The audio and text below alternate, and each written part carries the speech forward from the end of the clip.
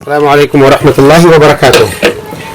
अबू अम्र आपका खैर मकदम करता है।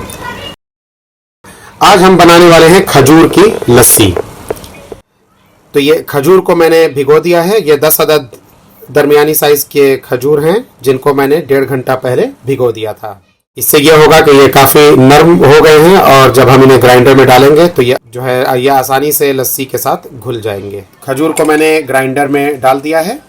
अब मैंने इसमें दही डाला है। दही हम लेंगे 2 कप। तो ये 2 कप दही हमने डाल लिया है। अब इसमें हमें दूध भी मिलाना होगा।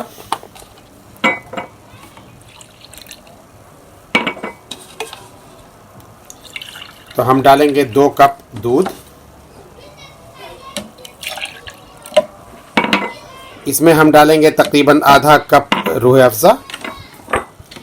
रूह अफ़ज़ा से 2 फ़ायदे होंगे, एक तो रंग अच्छा सा आएगा और लज्जत भी दोबाला हो जाएगी। और हाँ, इसकी ख़ास बात यह है कि इसमें शक्कर हम बिल्कुल नहीं डालेंगे। हमने मिठास के लिए खजूर और रूह अफ़ज़ा का इस्तेमाल किया है, शक्कर हम बिल्कुल नहीं डालने वाले। सारे अज्जा को मिलाने के बाद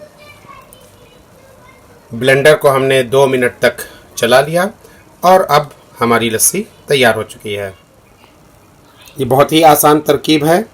इसके लिए पहले से किसी भी किस्म की तैयारी की ज़रूरत नहीं होती सिवाय खजूर के, जिसे आप 1 घंटा पहले पानी में भिगो दें।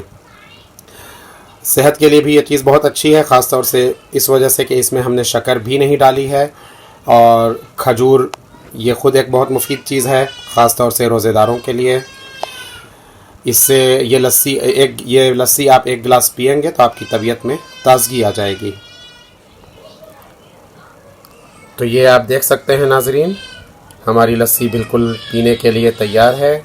हमने इसे गिलासों में निकाल लिया है।